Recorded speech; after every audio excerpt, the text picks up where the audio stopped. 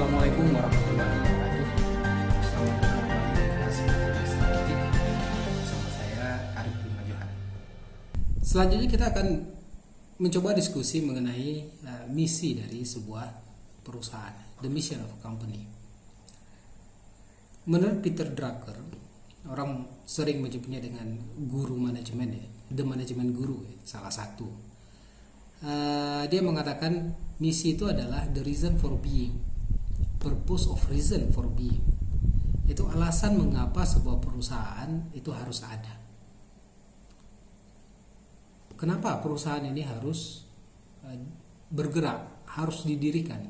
Kenapa perusahaan ini harus eksis? Jadi lebih filosofis ya daripada visi tadi. Kalau visi kan cita-cita jangka panjangnya perusahaan. Nah ini the reason for exist dari sebuah perusahaan. Baik, mudahnya mungkin gini, mudah untuk memahami. Misi itu adalah pernyataan yang dapat menjawab pertanyaan what is our business? Bisnis kita apa? Bisnis dapat dikatakan di sini aktivitas kita apa? Apa sih yang kita lakukan? Apa sih yang kita jual? What is our business?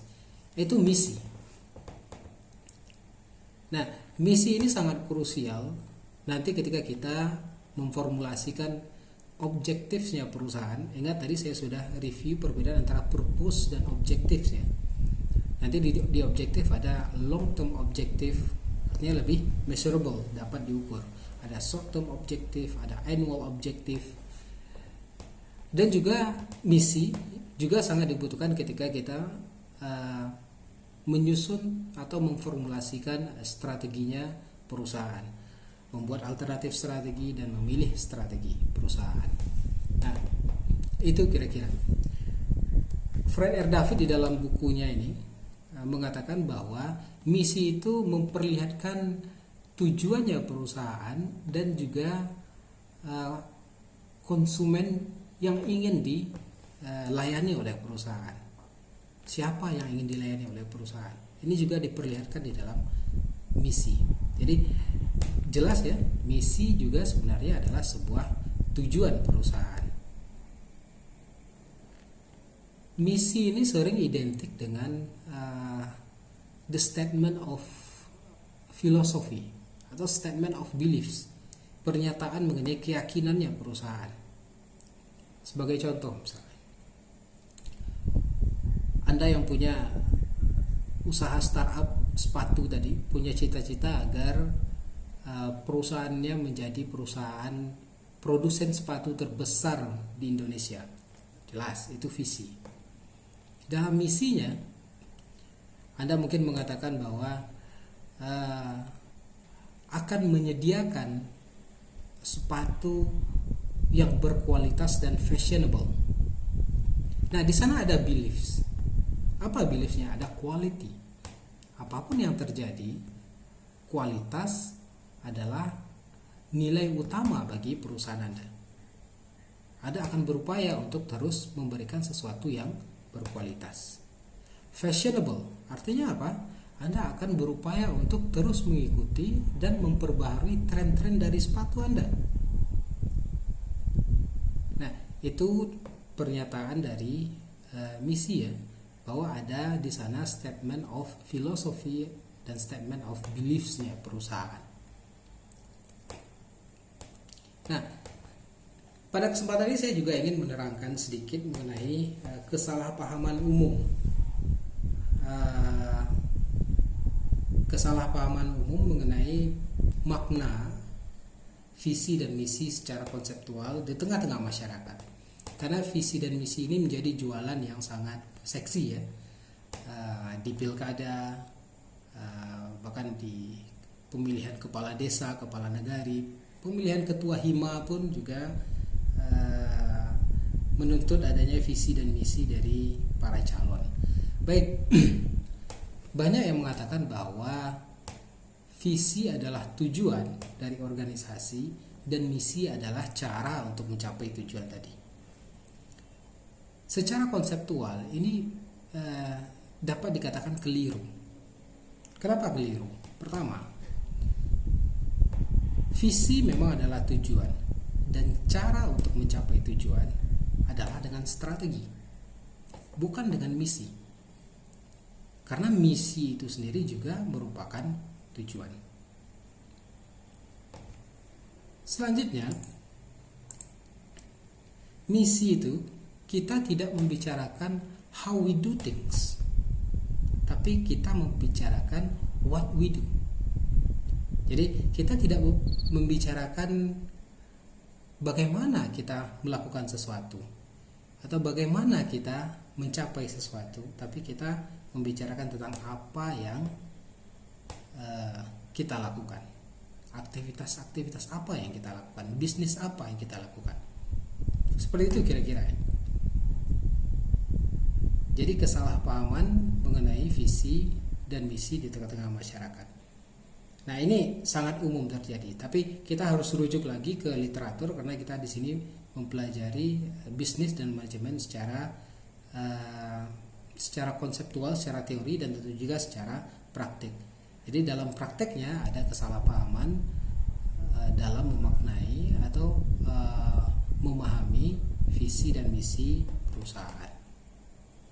Nah, di dalam salah satu artikel yang cukup terkenal ya, dipublikasikan di Harvard Business Review, kira-kira kalau saya tidak salah tahun 96, tahun 1996, judulnya Building Your Company's Vision, membangun visi perusahaan Anda, ditulis oleh James Collins dan Jerry Porras. Ini adalah pakar strategic management juga. Nah, di dalam artikel ini Collins menggunakan terminologi vision untuk mengidentifikasi visi dan misi secara bersamaan. Jadi lazim kadang-kadang perusahaan hanya menggunakan satu terminologi, vision.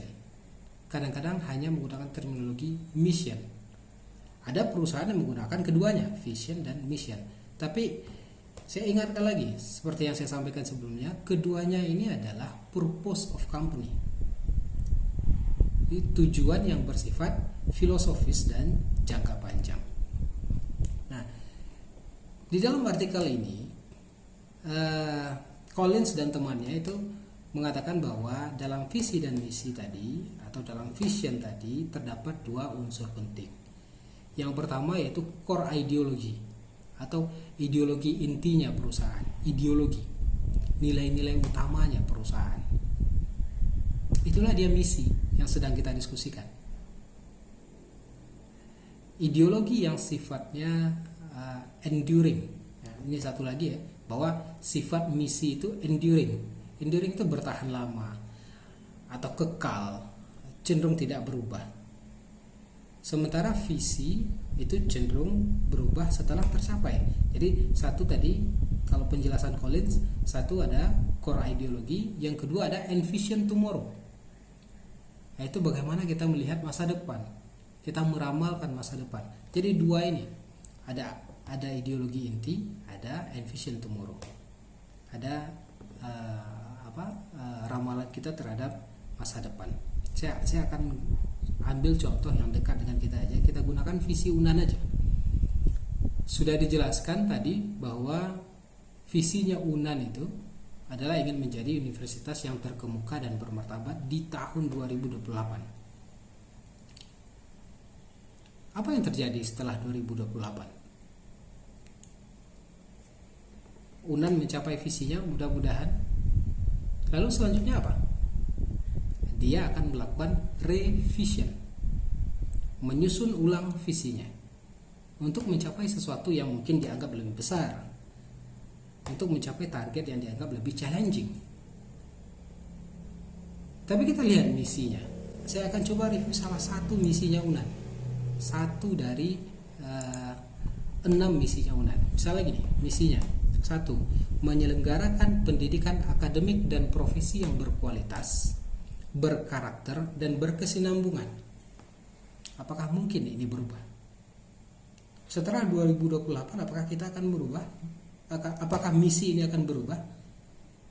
Tentu saja UNAN akan tetap melaksanakan pendidikan akademik dan profesi yang berkualitas. Lalu kalau sekarang sudah berkualitas gimana? Ya kualitasnya ditingkatkan.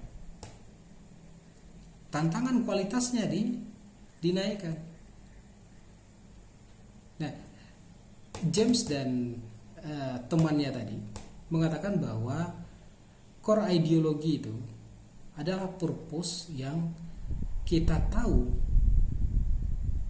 sulit atau tidak mungkin kita capai, tapi kita tetap mengupayakannya. Atau kita tahu purpose tadi adalah sesuatu yang sudah kita capai, tapi kita ingin mencapai sesuatu yang lebih besar pada purpose itu. Ini katanya seperti Anda ingin mencapai bintang di langit.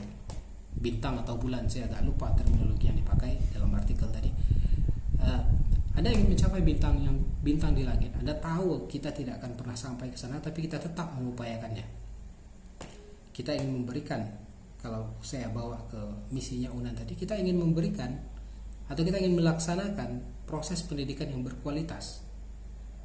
Kita tahu ukuran kualitas itu akan selalu berubah, selalu naik, tapi kita akan tetap melakukannya. Itu sifat enduring dari mission.